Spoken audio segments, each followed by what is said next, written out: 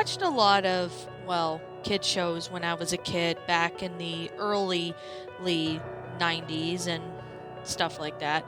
Like shows from early 90s and etc. I've watched a lot of cartoons.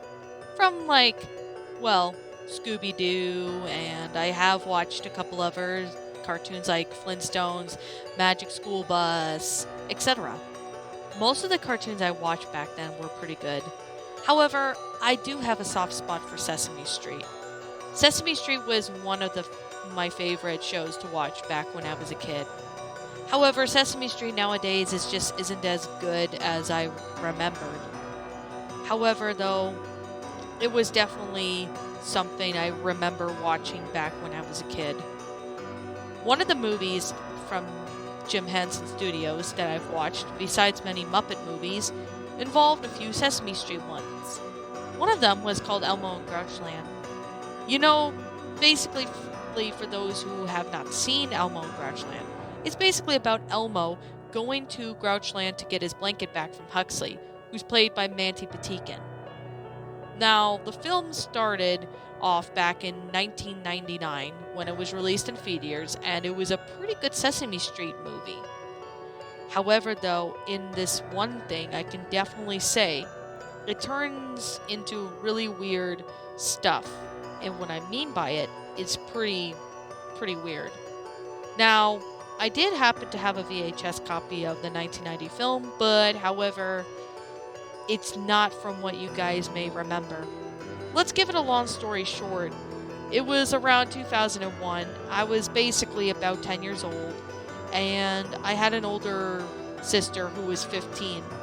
So my sister and I were home alone that night, and as it's because my parents were both going out for the night, they trusted my sister to watch me and her for her to watch over me. However, though, my younger sister was about 7 years old. My dad gave me, and along with my other siblings, a VHS tape of Elmo and Grouchland. It looked really normal on the cover, and he said before he left to go on a date with my mom, said that we can pretty much watch it whenever we like. And though we had rules such as no going out of the house and to stay inside, and said we could order pizza or something. Everything seemed normal, and that's when everything started to get pretty good. Now, I asked my sister if we could watch Elmo and Grouchland, and my younger sister wanted to watch it since she's a Sesame Street fan herself. However, my sister, since she was 15, was a little too old for Sesame Street. She had homework, but she decided that she would work on her homework not far from the TV where she could watch me and my sister to make sure nothing bad happens, but she could still watch the film whenever she needed a break from her homework. So keep in mind this was back in 2001. My sister, who was 15, put the VHS tape in the VHS player, and that's when previews and stuff started coming on. I remember very vividly watching the film, and I kind of briefly remember exactly what was going on. After the previews, it starts off with Elmo, waking up, usually going on with his date in Sesame Street. That usual type of thing. I remembered this film, and it brought me back good memories from when I was younger. I did watch Sesame Street, and I remember my sister, my younger one, used to love Elmo a lot as a kid. She had a collection of Elmo plushies, so this was actually one of her favorite characters in the movie. Elmo basically takes his blanket to the washing machine. Everything seems normal. However, though, this is when it gets really weird. Zoe starts mumbling some words that I couldn't understand what it was. Honestly, I didn't even know if my younger sister or my older sister realized it, but I certainly did. Honestly, I didn't even know, but this is when things got really strange. Now, Zoe starts wanting to hold Elmo's blanket. Elmo wants it back and starts saying stuff like, "Elmo wants his blanket back now!" As he keeps saying this, he rips the blanket, gets so upset, he starts literally screaming. He literally started screaming like a madman at Zoe, and Zoe ends up up getting traumatized by it. This, I don't remember that being in the film. In fact, my younger sister was not scared, but, well, maybe just a little bit, but she was more confused. My older sister there looked up from her homework and honestly sees that there's something definitely wrong with it. Now, my older sister had considered taking the tape out, but I insisted that I wanted to keep watching. Maybe it was just someone edited with the film a little bit. But since it was taking place in 2001, it does not really make any sense.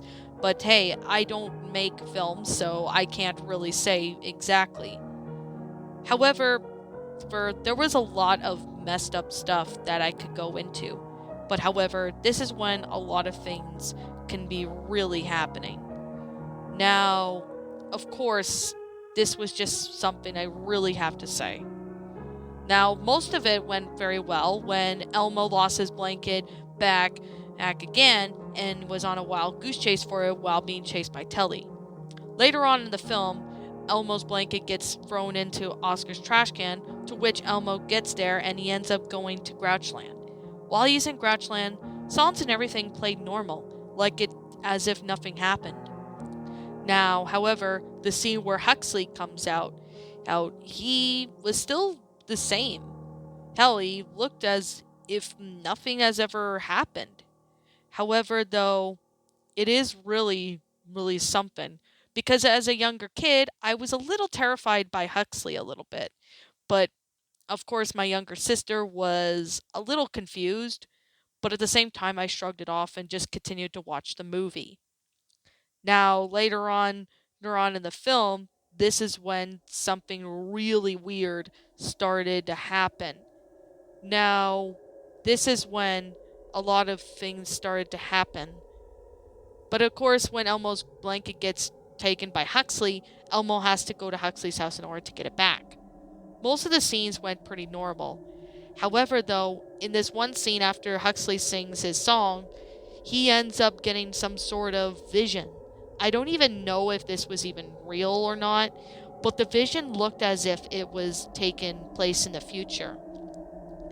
It's let's just say it was a bit of a backstory of Huxley, who is Elmo's nemesis.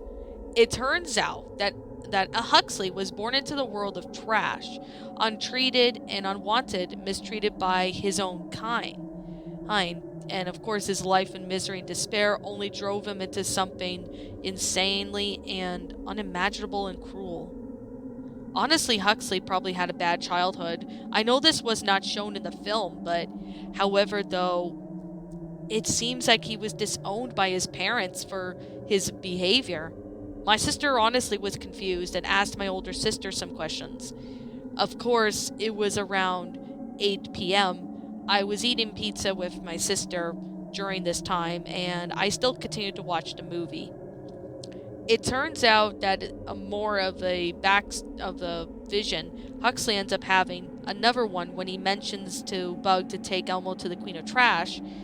It turns out that Huxley had a vision of him trying to trap Elmo in his like house in this little claw machine thing to prevent him from escaping. For some reason, Huxley had visions of him turning Elmo into a puppet and then proceed to decapitate him with scissors. Honestly, I honestly did not even know what the hell to say. This was honestly really fucked up.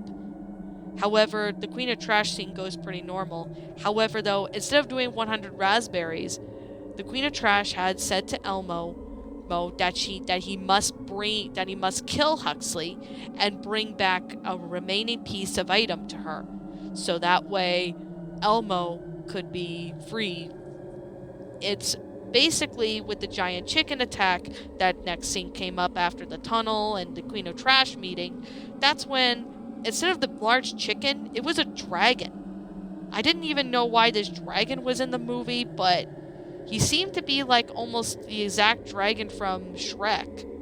Honestly, I didn't even know what to say or didn't even know what to do, but I just decided to keep watching the film. My older sister was confused still, and honestly, I honestly didn't know know what to say at this time. The movie continued, and it showed in a bit that Huxley Lee Lee was saying stuff to Bug, and of course, or there was a lot more stuff that happened, such as, well, there is this one scene where Huxley ends up beating Bug with a whip mercilessly, and Bug was covered in bruises and that.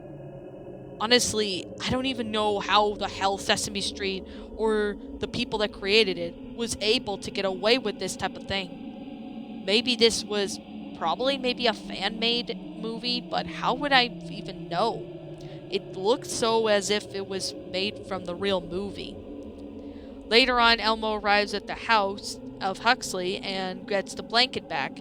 However, though, instead of Huxley's minions trying to go after Elmo to get the blanket back for Huxley, that's when Elmo realizes he was trapped in a really dark room.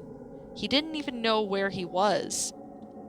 Just as luck would have it, he realized that he was somewhat in of a dark corner, and Huxley came out holding a knife. He was getting closer and closer, and Elmo just feared for his life. Before Huxley could do anything, his throat was suddenly slit with a knife.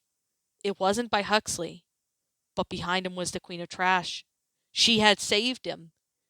He was lucky that she was there. She explained that she had sensed that this was going to happen, and she didn't trust Huxley. In fact, the Queen of Trash said that Huxley was dating her at one point before he became so cruel. Why he became greedy in that? She explained that when Huxley was a kid, he had a greedy behavior, but it wasn't as bad back then. When he was disowned as a child, went to an orphanage, went to a few foster homes, he was messed up mentally.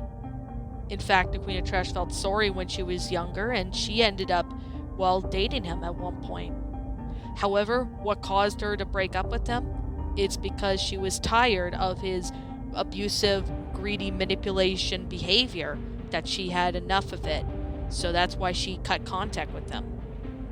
However, it does not really explain much about the Queen of Trash or about her backstory, but we could definitely say she had finally got her revenge on Huxley, since Huxley had stolen one of her jewels.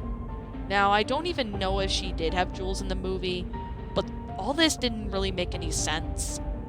Even then still, I still didn't even know what to do.